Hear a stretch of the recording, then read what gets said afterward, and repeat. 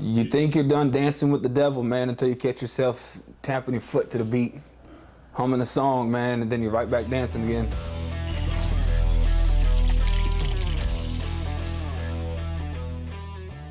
Welcome back to Escape Addiction, Break the Chains. My name's Parker. Here for another video. Hey Parker, how you doing today, man? I'm doing good, feeling pretty sick though, man, I ain't gonna lie. So, it's been a while since we've done a video with you, and people ask me all the time about you. So your first videos here were a hit, man. People are very interested in you and your life. So, haven't seen you in a while. What's been going on since we did our last video, and what's been happening in your life? Man, I was doing great for a good little minute, doing absolutely amazing. I got close to God. I got close back with my family. Thought I had found myself, didn't, but relapsed pretty hard, pretty intensely, up until about a month ago, man. Had a bunch of eye-opening situations. I lost a friend or two within the past year. Just a lot, man. A lot of trials and tribulations that I don't regret going through. I don't regret anything that has happened, man. I'm taking it all as a blessing, really.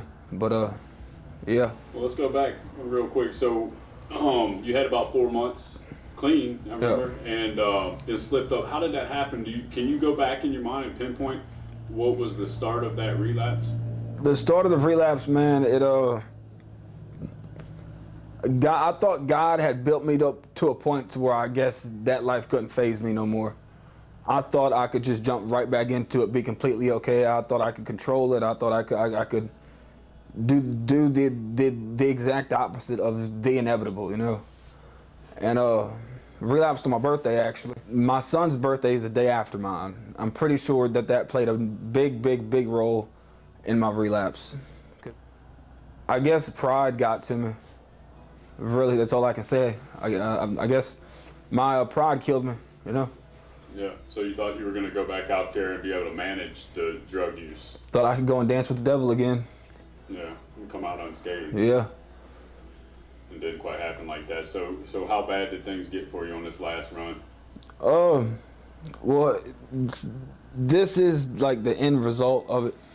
But they found a mass either on my liver or inside of my colon that's pushing against my liver, and it's trying to bust out. But it caused me to go into jaundice, and a bunch of liver problems, man. Bunch of liver problems. I'm having a very bad health scare. I lost feeling in the side of my left face. Really, I can't really move it as much. Just a bunch of health scares, man. Bunch of health scares, and I don't really know, man. What about, were you incarcerated? Do you want to talk about that? Yeah, I got incarcerated. I just got out about 2 weeks ago, 3 weeks ago. No, about a week and a half ago. I was arrested for failing to yield to blue lights and possession of drug paraphernalia and no tag light. But it really saved my life, man. And I want to say thank you to the COs and the nurses and everybody there who had helped me during that troubling time of mine. I was going through a heroin withdrawal at the time, well, a fentanyl withdrawal at the time, and it was trying to shut down my liver, and it caused me to go into jaundice, and I probably got a couple other illnesses down this little last relapse, man, because I just wasn't thinking, you know. Yeah. So, for the longest time, we think we're invincible until we discover that we're not. You think you're done dancing with the devil, man, until you catch yourself tapping your foot to the beat, humming a song, man, and then you're right back dancing again. Yeah. Has this last relapse and everything that's happening with your health problems, has this opened your eyes up to where, man, this could kill you? It has opened my eyes more than anything ever will. Yeah. Because here at this time, man, me being arrested was really a cry for help, I guess. Because I couldn't get clean. And now, man, it's like, I have a family, you know? Yeah. I have a family, I have friends, and it's not that I don't have anything to lose, because I kind of don't. But I have a hell of a lot to gain, man, you know? Yeah. So, it's opened my eyes, making me realize that I can do way more than what I've been doing. I can achieve more, I can accomplish more. I'm capable of doing more, but the drugs keep pushing me back down and holding me down, man. And this was a real eye opener for me. Well, sometimes it's said that God works in mysterious ways. Well, it seems to me he's done it again, but he seemed to have grabbed your attention this time. Yeah. Do you have a fear now of going back out into that life? Man, I didn't think that could be a fear up until recently. My biggest fear right now, man, is relapse. And my biggest fear right now is falling back into that same crowd, into the same conversations, in the same cycles, in the same, because I was just incarcerated with two of my brothers, man, real close, grew up together, man, and it's the same toxic conversations, you know, and it's sad to hear, man. It's sad to see the people that I love being drugged down through there and seeing it in their face and seeing that that's not what they want, but a drug is holding them there, you know. That's that fear of being stuck doing something that I don't want to be doing just for a high, you know. That's a real fear nowadays for me, man, and it's a real once you realize you're capable of losing everything around you from one little piece of something man-made, it's scary. Once you realize the power and control a drug can have over you and everything you can gain and lose, it's a real eye-opener, man, you know? Well, your eyes are open now, man, and I'm gonna tell you what inspires me is the hope that you have now.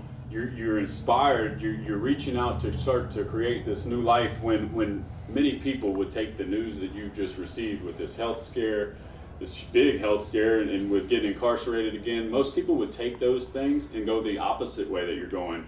You're not. So I want to ask, the question is, I want to ask you, how do you have hope right now in this moment that you're in? What are you looking forward to in your future right now? God's finishing plan for me. I want to see what he has planned for me, not what I have planned. Because if I can accomplish the things I have from me planning it, I can't even imagine the things I'm going to accomplish that he has planned for me. You know, because like I said, it's not that I have nothing to lose, it's that I have too much to gain. You know, I have way too much to gain, man. God has big plans for me and everybody around me and everybody. It's just a matter of surrendering to him, you know. And I surrender every night now. Every night, every morning. I don't get down on my knees, you know, but I surrender. I surrender in the shower. Surrender every moment I get alone. I surrender, and it gives me more hope. So it sounds to me like you're finding this winning recipe. What do you do? What are you doing daily to keep what you're gaining? Like, what are you doing for your recovery daily? You're starting to form some new habits and routines. What does that look like? Photography. I'd like to take pictures of nature. I like to take pictures of nature. I like creating new hobbies. I'm getting into restoration projects. I'm getting into photography. And building relationships with my family. I've realized sitting down and talking to my family makes me want to stay clean more. You know, because it's building a better connection with people, and I want to help people, you know. I want to be there for people. I want to be as a man, I feel as if I should be an example, you know, and staying sober and creating more productive relationships with my family creates a hope for me. I believe that this is the best relationship I've had with my family in 6-7 years now, man. But only because I've surrendered to God. I brought God into the equation, man, and I asked for help. I asked for guidance. I asked for wisdom. I asked him to hold my hand and walk me through this. And ever since then, man, my relationships have just been getting better and better and better, you know? Yeah. Well, yeah, you've been through hell and back in your addiction. You have one of the most incredible testimonies that I've heard, and I've heard a lot of testimonies. Man, I don't understand how I'm able to sit here and talk to you stably. And the grace of God, man. Grace of God. So going forward here in the future, what kind of life do you want to have? What kind of future do you see for yourself? A simple future. I just want to go to work, come work on a little project at home, hop in the shower, go to sleep. You know, I want a family, man. I'd love to have a family, man. love to be a dad, you know, love to be a husband, just a figure, you know. It's a simple life though, man.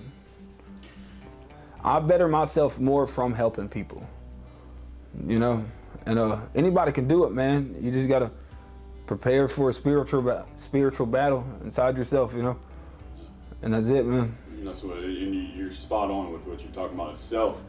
Addiction's a very selfish disease, Yeah. so our selfishness kind of perpetuates the addiction itself. We feel terrible about how selfish we are, but we just keep being more and more selfish. So the cure for that selfishness is exactly what you just said. It's getting out of self and being of service and helping other people. Where do you see yourself? Do you see yourself kind of getting into the field of helping others as far as a job? Definitely. I've been thinking about it lately, and addiction counseling sounds very, very pleasing and very promising for me, because if I can pass my message down and save somebody from doing the things that I did or taking the route that I did, you know, I'd love it. I'd love it more than anything, man. You know, I have 2 little brothers. I have a son. I have nieces. I have nephews, man. And the next generation, I don't want to see them go down through this to a point to where their bodies physically drain themselves, you know. I'd love that, man. Yeah, well, I think you would make an excellent. I think that we need an army of addicts out here helping people, and I'm gonna tell you, that's what we're looking to create here in Hancock County, an army of us. Definitely. With that servant's heart, ready to get out there and get their hands dirty and help other people out of that darkness. Definitely. You're overqualified for that, so now you just need to focus on putting one foot in front of the other. I can do it too, man. I can do it, but not without God. All right, y'all, don't forget to hit that like or subscribe button. See y'all next time.